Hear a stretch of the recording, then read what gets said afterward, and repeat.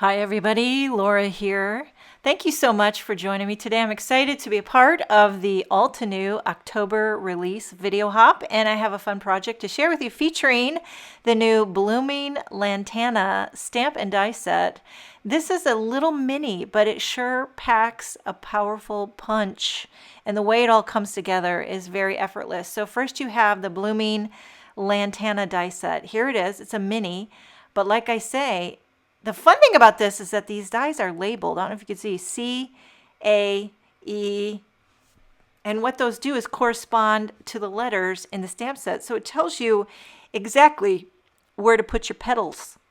And then you have the little stamp set. On the back of it gives you some imagery, color inspiration, and just to get the mojo a-flowing. Okay, so I'm going to start with a panel of white cardstock here, and then I'm going to lay down the stamp and kind of center it. You could certainly, orientate this a lot of different ways. I'm just going to do it right in the center. I love a clean, simple. The thing that's fun about this is the stem and the leaves are just kind of an outline, and all the va-va-va-voom comes from the petals. So I'm using Altenew Olove. This has fast become one of my favorite greens in the last month. I've used it a ton. Highly recommend Olove, and I just love saying it. Okay, now moving on to the dies. So I'm going to just die cut.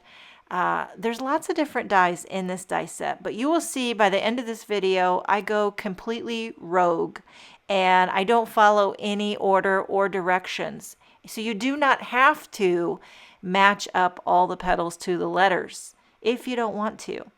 Okay, so I die cut the larger ones and the smaller ones, all of those which have the corresponding letters. They all kind of stuck into the white paper. While they're stuck, I'm going to blend color. So instead of die cutting these out of solid color cardstock, I wanted to show you a variation. If you die cut them out of white cardstock, you can blend your color, make it a little bit dreamy. You can make it any color you want. If you want to make it purples or pinks or reds and oranges. I'm going to start with yellow. So I started with Fresh Lemonade. Now I'm doing Peachy Keen, going into Tangerine Dream. These are all Altenew inks. I'll have everything linked in my description box. I'm also using these Altenew blender brushes, which are fantastic. So again, going back in with a Peachy Keen, I'm kind of like on the left side, it's light, and on the right side of the blooms, I'm going hot and heavy. Now we're fading into the red, or the pinks and the reds. So we have blush, a little bit of blush mixed in with that tangerine. And then next we're going to go a little bit deeper with rouge, and then a little bit deeper with coral red. Now we're starting to bring the va-va-va-voom. Okay, are you ready? Because we're going to wake it up. We're going to shake it up. Shake it up. Okay, here we have crimson. I think this is about as dark as I go. Maybe in the end I might even pull out a little grapevine to add just a punch. But that crimson will get you out of bed in the morning. And then over on the left side, just for funsies, I thought bring in a little bit of Tangerine Dream. I'm not exactly sure where all these blooms are going to end up going on the card. I just wanted to get kind of a dreamy gradient color scheme going here. So now that we have them all blended, I'm going to take my little tool here, my little poker, and pop them out. Okay? Easy. Now, I'm going to start with this largest one. You can see here, I'm going to pop this out, but I ended up deciding not even to bother with popping out the letters. But that is the letter C. And so now I'm using a little dot of glue on that letter C, and then I'm going to kind of pop down the C bloom. And then I'm going to work my way through. So here's the A, and I kind of like, before I put the bloom down, I kind of bend it a little bit, and then I also just go around the edge and make sure there's no like snaggy. You ever get little snaggies on your die cut?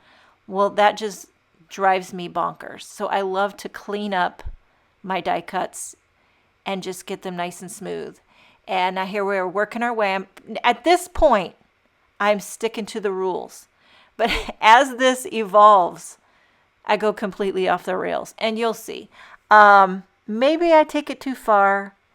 It's debatable. You never know until you know. So I think if you make one card, you could stick to the basics. And if you want to step it up, you can go rogue, like I'll show you. And then now we're just working our way. And I wasn't exactly sure how to orientate the blooms. I just decided to orientate them so that the letter is standing straight up. You know what I mean? Like the F, you're looking at it and it's straight. That's how I decided. I don't think you can really go wrong with a petal at this point, how you orientate it. I don't think there's any possible way to make it look bad. But look at how this comes together. It's like so dreamy and pretty with the blended blooms instead of using solid color cardstock. Although I love that look, I just wanted to show you another variation. Okay, so we're almost to the end, and I could have stopped here. I could have, and it looks great. It really does look good. Very clean and simple. But then I decided, I felt like there was some gaps, and I don't know. I just got the itch to die cut a few more blooms. So I did it again out of white cardstock. Also, by the way, I'm using my little Anna Griffin mini impress machine, which is so handy dandy. And then now if the blooms kind of pop out of your cardstock, like I had one here that didn't come out of the die, I'm kind of putting that back in so that these all stay together. That way I could easily blend them. And I think this is when I pulled out Grapevine. That is a very deep, deep wine color, so you don't need much of it, but I thought that might look pretty putting some of those under to give it a little depth. And then we got Crimson, and then I pulled out Tickled Pink. This is one of those Amy Tangerine Altenew colors, and it is like a fluorescent hot pink. I love it so much, but you don't need much. And then I'm just rounding that out with that Fresh Lemon. Okay, so these are just going to be little extras. It's not part of the directions. Here's where I start to go rogue. And now I'm just going to kind of tuck these in where I felt like maybe there were some gaps. I don't know if I should have done this or not. I would love to hear your opinion. In the end, I wish I had a side-by-side of the clean and simple one and then the one where I went rogue, and which one you think looks better. Sometimes when you add florals, more is more. Like, you ever order flowers from like 1-800-Flowers or whatever, Teleflora, and you go to order flowers to someone and they have 3 different bouquets, like the cheapest one, the middle one, and the deluxe. And the deluxe is really full and really rich, and then it makes the cheapest one looks like it looks empty. That's what I was thinking here. I wanted to make it fuller, but it's debatable if I maybe overdid it. I don't know. Anywho, last little couple blooms I'm tucking in behind, and I like the variation. Some are really, really dark. Some are really, really light pink. And then now in the die set, there's other dies that are used for centers. So you have some with holes and some that are solid. The solid ones can go behind the holes.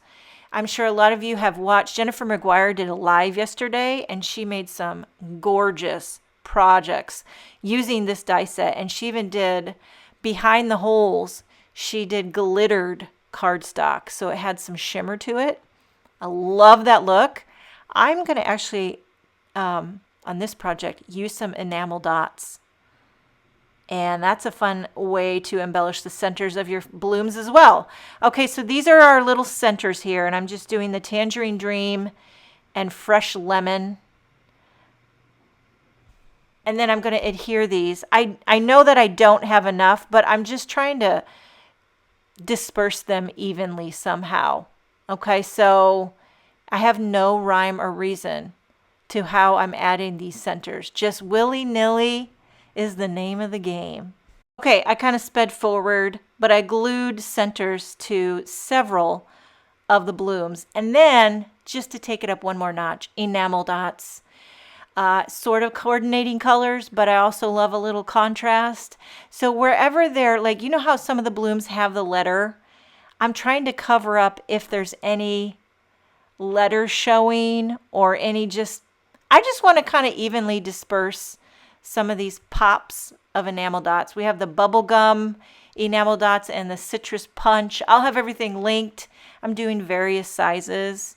Another thing you could do is gem stickers or sequins or glossy accents or nouveau drops. I'm going to emboss a very, very simple sentiment that's in the Blooming Lantana. I'm doing thank you, but there's also hello and love you, thinking of you. There's even one here that says keep on blooming beautiful. Love that, but I'm embossing the thank you in white on a little strip of black cardstock, and then I'm pulling out my little mini guillotine paper trimmer. This is my favorite paper trimmer for trimming out little sentiment strips.